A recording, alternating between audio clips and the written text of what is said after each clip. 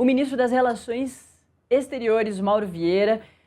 Quando a gente terminou o programa de ontem, a gente já terminou passando para o ministro fazer a fala ali sobre justamente a questão do tarifaço. Ele afirmou nessa quinta-feira, em entrevista coletiva, sobre o tarifaço do Donald Trump, que o secretário de Estado americano Marco Rubio atacou o presidente Lula de forma grosseira e arrogante e deu declarações inaceitáveis, todos termos utilizados por ele. Como mostramos aqui ontem, o Rubio, que é aliado da família Bolsonaro, acusou Lula de, abre aspas, não negociar com os Estados Unidos de boa fé, fecha aspas. A gente vai acompanhar o que disse o Mauro Vieira em reação ao tarifaço dos Estados Unidos e as falas do secretário de Estado americano contra o governo brasileiro agora. Desde o primeiro momento, o presidente Lula buscou o diálogo e enfatizou sua disposição de negociar qualquer tema. Nesse sentido, as declarações do secretário de Estado Marco Rubio, veiculadas na madrugada de hoje nas redes sociais a respeito das tarifas adotadas contra o Brasil, são inaceitáveis, ofensivas ao povo brasileiro e ao governo brasileiro. Rubio ataca de forma grosseira e arrogante o chefe de Estado de um país amigo. Claramente, o que incomoda o governo dos Estados Unidos é o fato do Brasil não ter se curvado às pretensões desmedidas e às demandas irrazoáveis apresentadas no curso das negociações. Olha, uma declaração muito dura e à altura da violência sofrida. Da violência. O Brasil está sendo vítima de um processo de violência política. É bom que isso fique claro, né? Vamos lá. A tarifação tem uma argumentação supostamente técnica. A mesma de 15 de julho do ano passado. Na carta que o Trump enviou ao Lula, aquela com o primeiro parágrafo defendendo o Bolsonaro, e ordenando que o Lula suspendesse o processo contra o Bolsonaro, o Trump deve achar que, bom, naquele país lá o presidente controla a justiça e manda processar, manda tirar processo. Não é assim. Está mais próximo de ser assim nos Estados Unidos do que aqui. Mais próximo. Porque nos Estados Unidos, o correspondente ao ministro da Justiça daqui também lá é chefe do Ministério Público. Veja você, que país estranho. Os Estados Unidos precisam de uma reforma judicial. Inclusive, precisa se espelhar no Brasil. Ai, que ironia. Não, tô falando sério. É um país que não faz controle de constitucionalidade adequado, né? Por isso que permite que um tirano meta tarifa, depois de 10 meses só ela é considerada inconstitucional. Mas vamos lá, o Trump achou que... Isso foi no dia 9 de julho do ano passado, e nessa carta ele anunciava que abriria a investigação no escritório de representação comercial. Aí, acusando o Brasil de deslealdade comercial nas relações comerciais. E dizendo que essa deslealdade levava os Estados Unidos até déficit, quando eles têm superávit com a gente, né? Então, tinha argumentação técnica, alegaram ali 5 razões para as tarifas e vamos abrir uma investigação. Mais de 30 reuniões, conversas, propostas do Brasil, sim, e não adiantou nada. No dia 15, exatamente, na madrugada, alegando as mesmas razões, como se não tivesse tido conversa nenhuma, vieram as tarifas. Tarifas essas, nós vamos ver, que, por enquanto, pegam um pedaço pequeno das exportações brasileiras, muito menor do que parece, né? Agora, se o ISTR, se o STR, que é a sigla em inglês para Escritório de Representação Comercial dos Estados Unidos, se o STR vem com essas alegações técnicas, e todas elas facilmente desmontáveis, né, e fácil demonstrar que eles estão errados, o Marco Rubio foi por outro caminho. Ele foi para a violência política, ele foi para a intimidação política, né? E fez uma postagem dizendo que o Lula, no seu egoísmo, teria se negado a negociar, que está prejudicando o povo brasileiro. Aí ele está fazendo campanha para o Flávio. É uma interferência na política interna brasileira praticada pelos Estados Unidos inédita. Inédita. Nunca aconteceu assim. Nem durante o golpe militar de 64. No golpe militar de 64, nós tivemos embaixador americano conspirando, nós tivemos o governo americano conspirando, a CIA, havia uma operação pronta para intervenção caso João Goulart resistisse ao golpe militar, conspiraram com os militares, tudo verdade, né?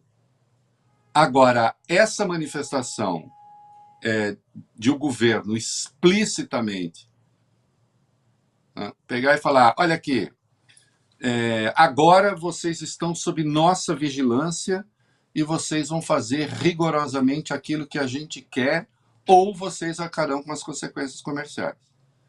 E nós temos aqui nossa pauta de exigências, mas, junto com isso, né, nós vamos fazer também pressão de natureza política.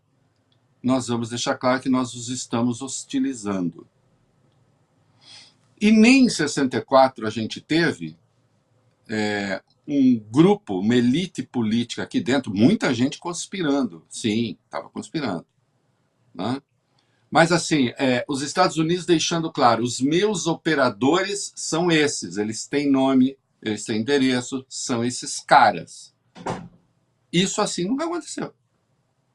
É a primeira vez.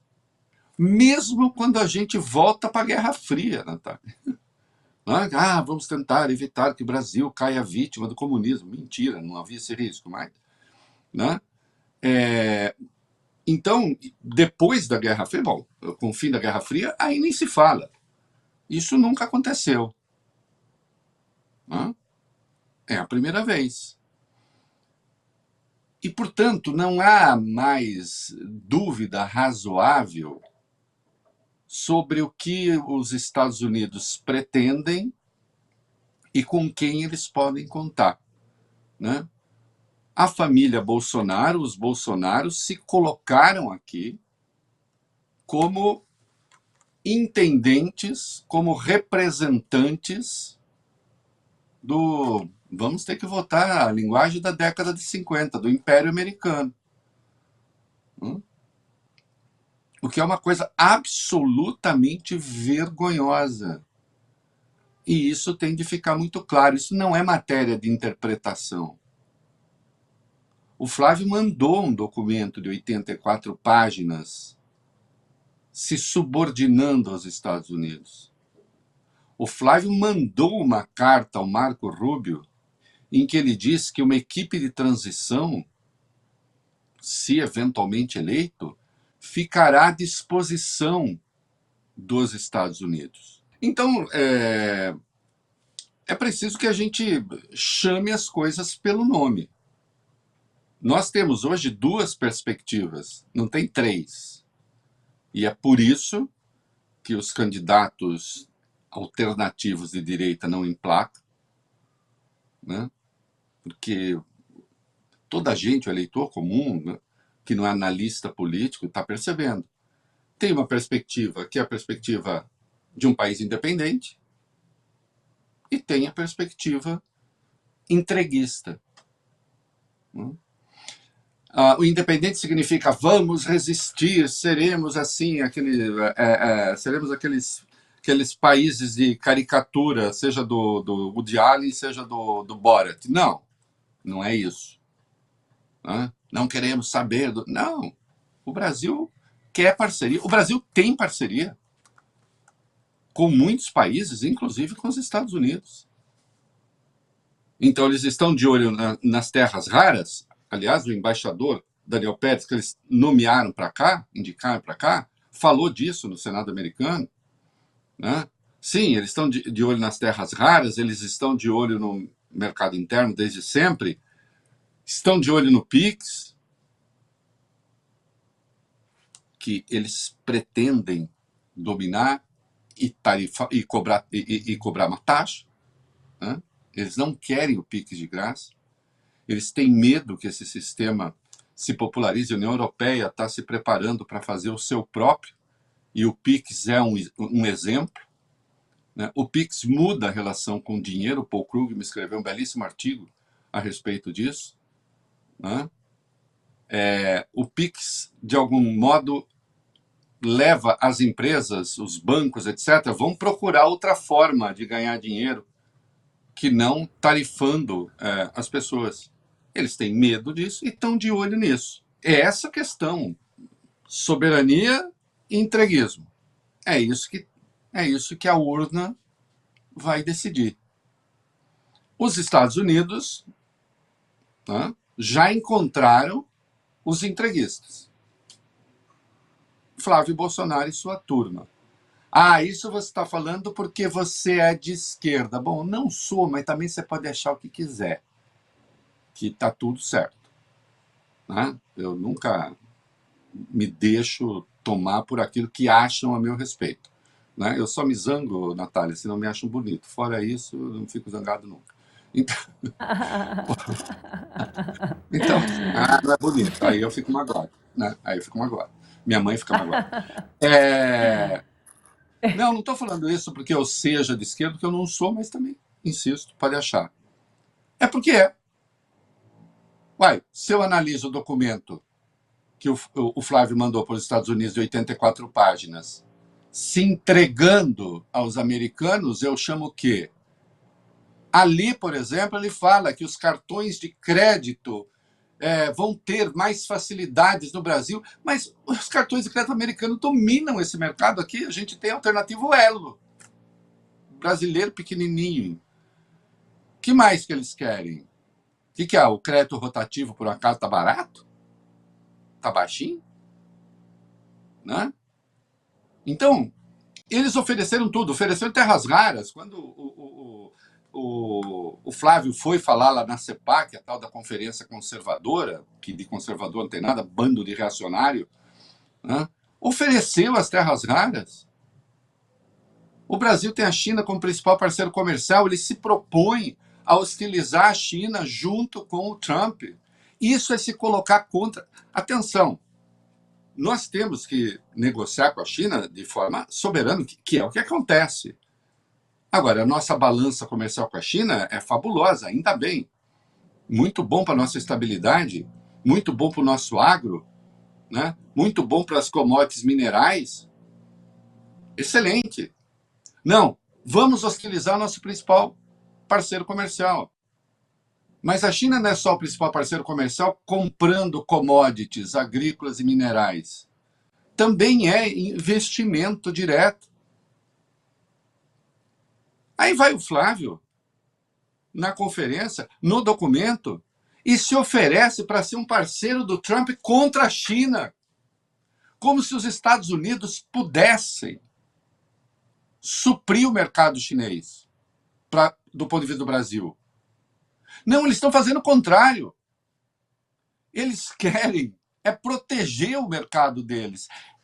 O trumpismo é isso.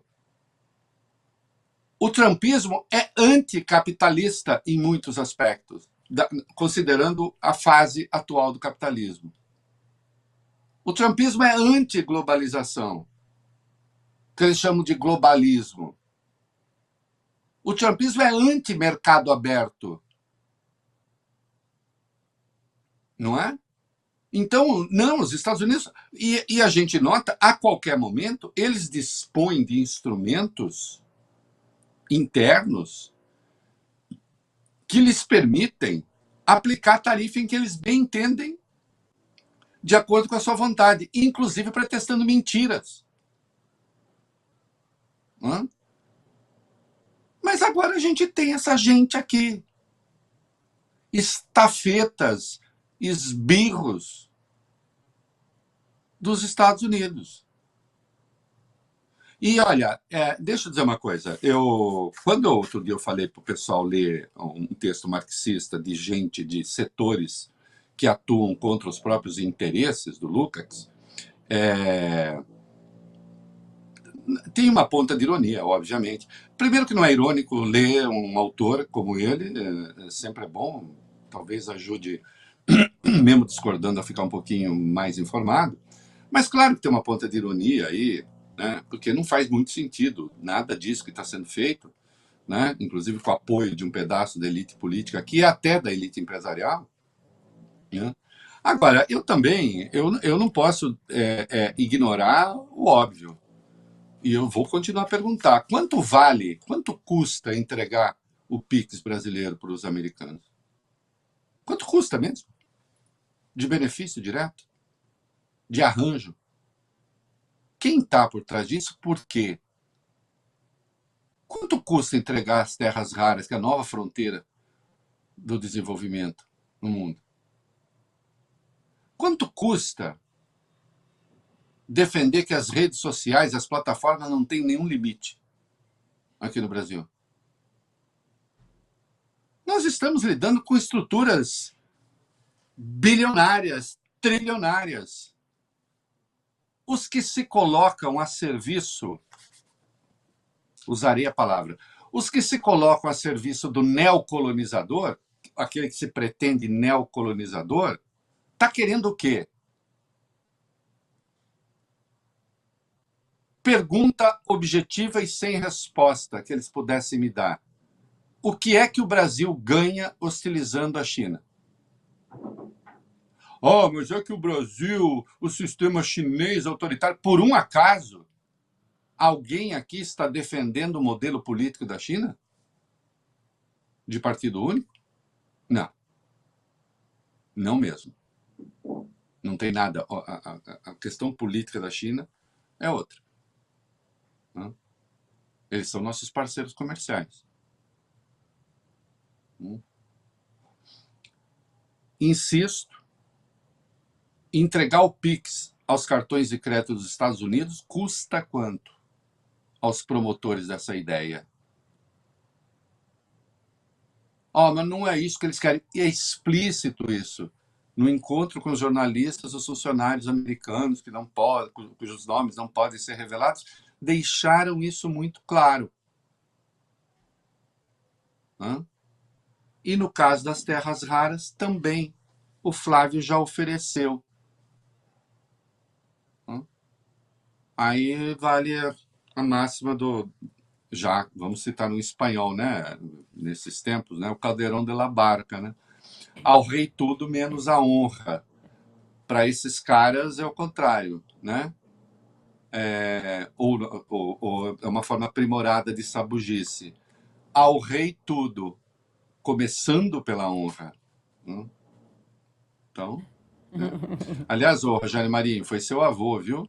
Que quando resistiu a uma ordem da ditadura, disse: ao rei tudo, menos a honra.